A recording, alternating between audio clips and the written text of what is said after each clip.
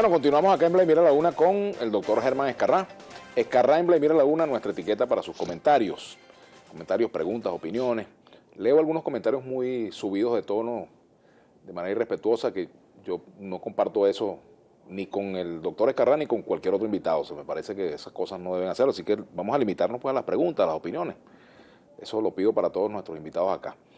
Por cierto, doctor Escarrá, que ayer le hicimos mención de algunos de sus planteamientos al presidente de la Asamblea Nacional, Henry Ramos Alup, y él dijo algunas cosas. Me gustaría ver si tenemos ya a tiro sus palabras ayer con respecto al doctor Germán Escarrá. Escuchemos, o veamos, y escuchemos también. ¿La tenemos? ¿Todavía no la tenemos? No la tenemos todavía. Estamos hablando del tema de la inmunidad. Entonces, para sacar conclusiones un poco sobre esta materia, doctor Escarrá, un parlamentario sin la venia, sin el permiso, sin la autorización de la Cámara, no puede ser detenido. Sí, tenemos un problema que hay que aclarar de todas maneras. Lo que tú dices es correcto y yo lo comparto. El asunto está cómo armonizar eso con la sentencia de la Sala Constitucional que dice que todos los actos de la Asamblea Nacional, mientras esté en situación de inconstitucionalidad, de contumacia, de rebeldía, de desacato a la sentencia del Tribunal Supremo de Justicia, dice que mientras esté en esa situación todos sus actos son nulos. La pregunta sería, pedagógica, académica, ¿sería entonces nulo el acto autorizatorio o no autorizatorio para que se produzca el juicio contra un diputado? O sea, ¿cuál sería la respuesta que habría que dar en ese entonces? ¿Qué cree usted?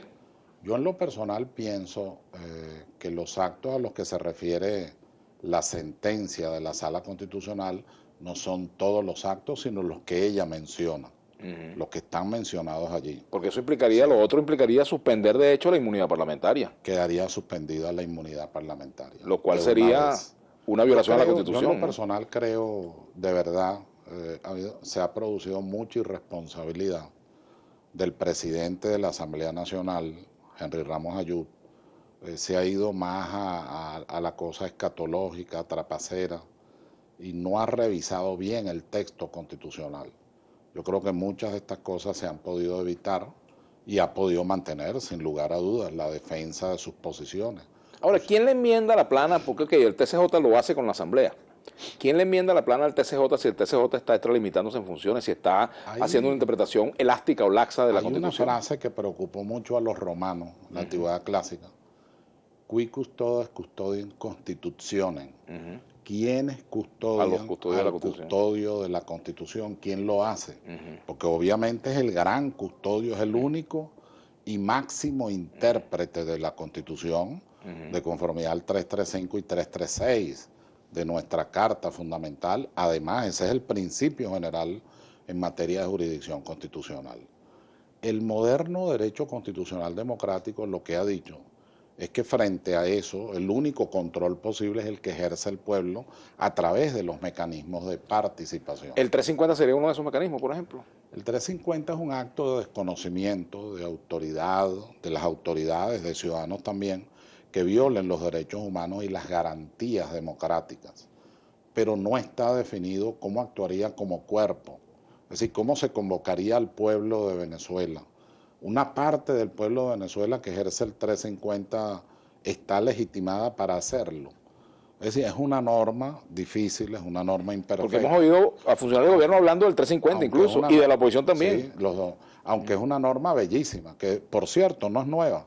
Está en el artículo 181 de nuestra Carta Madre, la de 1811, está en la Carta Magna Libertatum de los ingleses, está en la Carta de Connecticut, en una de las constituciones más hermosas, antes de la Constitución Confederal de los Estados Unidos, está en las 3 constituciones de la Revolución Francesa, en la Declaración de los Derechos del Hombre y del Ciudadano, porque al final es el derecho de resistencia, el derecho de rebelión que trataron muy bien los doctores de Chuquisaca para poder alimentar el proceso de la independencia de toda Hispanoamérica en el orden ideológico, me refiero. Ahora sí tenemos la imagen de lo que ayer decía Henry Ramos Alú. Escuchemos. Restituir el orden infringido. ¿Cuál es la lucha nuestra? Nosotros no estamos diciendo ni que haya un golpe de Estado. Es más, estamos denunciando como autogolpe lo que está haciendo el gobierno. Nosotros lo que queremos es que todo lo contrario, que se respete la Constitución. Esta no es la parte. Hay una norma del Código Penal. Hay una norma del pero Código esta no es lo que queríamos mostrar. Está bien, pero hay una norma del Código Penal que casualmente se refiere a los atentados a la Constitución. Hay una sanción, hay una pena, solo que estamos coexistiendo y qué bueno que sea así en un marco de tolerancia, en un marco de comprensión democrática de la disidencia, aún de la más radical como esa, poco babosa en el orden de la palabra y de los contenidos, pero en definitiva lo que cuenta no es eso, lo que cuenta es la coexistencia de los poderes, el desarrollo de la democracia, el Estado constitucional de derecho y que le demos paz, felicidad, justicia al pueblo de Venezuela. ¿Es constitucional que la Asamblea Nacional no conozca del presupuesto? ¿Cómo hace, por ejemplo, el Tribunal Supremo de Justicia para atender todo lo que son requerimientos propios de la discusión de presupuesto, créditos adicionales, evaluación de partida por partida? ¿Tiene capacidad, cualidad para hacerlo? Acuérdate, la sentencia señala, sin menoscabar, dice, sin menoscabar las competencias y atribuciones del Poder Ciudadano. Es decir, lo que tiene que ver con delitos, irregularidades, Ministerio Público. Lo que tiene que ver con todo el sistema contralor del presupuesto, Contraloría General de la República. Lo que tiene que ver con garantías de los derechos humanos, el Defensor del Pueblo. Y lo que tiene que ver con los elementos éticos de aplicabilidad de ese presupuesto, el Consejo Moral Republicano. O sea, de tal manera que no es solo el Tribunal Supremo de Justicia, es Tribunal Supremo de Justicia con el Poder Ciudadano. Una pregunta para un sí o un no con respecto a ese tema, doctor Ezcarrá. ¿Queda de hecho inhabilitada la Asamblea Nacional con esa decisión? No, de ninguna manera. De ninguna manera. De hecho, ellos participan, están integrados, las comisiones están funcionando. Lo que ocurre es que hay un ámbito de juridicidad donde se pronunció la Sala Constitucional y donde dice, mientras usted no resuelva su situación de inconstitucionalidad, mientras usted se mantenga en desacato a la sentencia, entonces usted debe entender que al estar al margen de la Constitución, de ninguna manera usted podría tomar algunas decisiones que no sean aquellas viciadas en nulidad, hay que decirlo, como son las leyes, como son los actos parlamentarios sin forma de ley, entre otros. Pero el funcionamiento de la Asamblea, su remuneración, sus intervenciones, el debate y el control político persisten. Además, me parece muy bien que eso ocurra en el ámbito de la pluralidad de las ideas. Para una respuesta breve, vamos a colocar el video de lo que dijo ayer Henry Ramos Alú. Ahora sí, lo tenemos. Convocarlo o efectuarlo. El doctor Germán Ezcarrá, constituyente como este servidor, ha dicho que hay tres posibilidades pues, de darle viabilidad constitucional a que el presupuesto se presente en el TCJ. Uno, decreto de emergencia económica. Dos, el artículo 333 de la Constitución. Y tercero, la omisión legislativa. No le respondo. A Ezcarrá no le respondo. Ni le pregunto nada porque es impreguntable. Yo te iba a decir qué pregunta le querías tú dejar para mañana, porque mañana lo tenemos no aquí. le pregunto nada, impreguntable. Impreguntable. Él te ha retado un debate. Oh, por favor. Que me llame al jefe, yo no voy a discutir con él. Que me llame a su jefe, al que le paga para discutir con el jefe. Voy a discutir con él. Bueno, Henry, ¿qué dice el doctor Germán Ezcarrá? La sabiduría popular dice, todo ladrón juzga por su condición. Él es un ladrón, él lo sabe.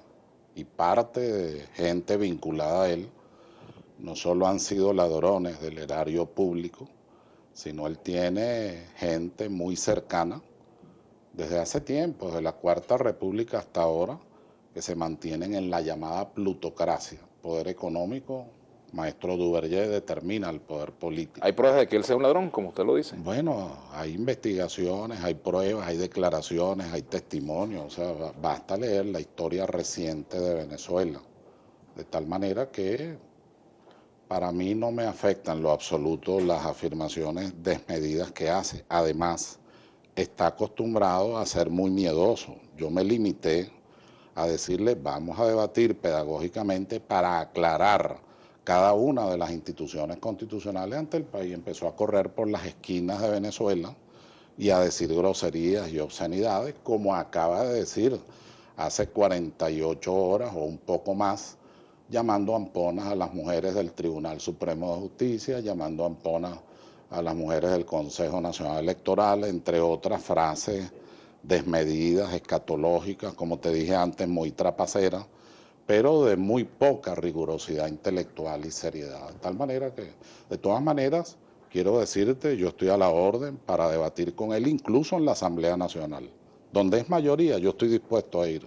Vamos a debatir para el bien del país.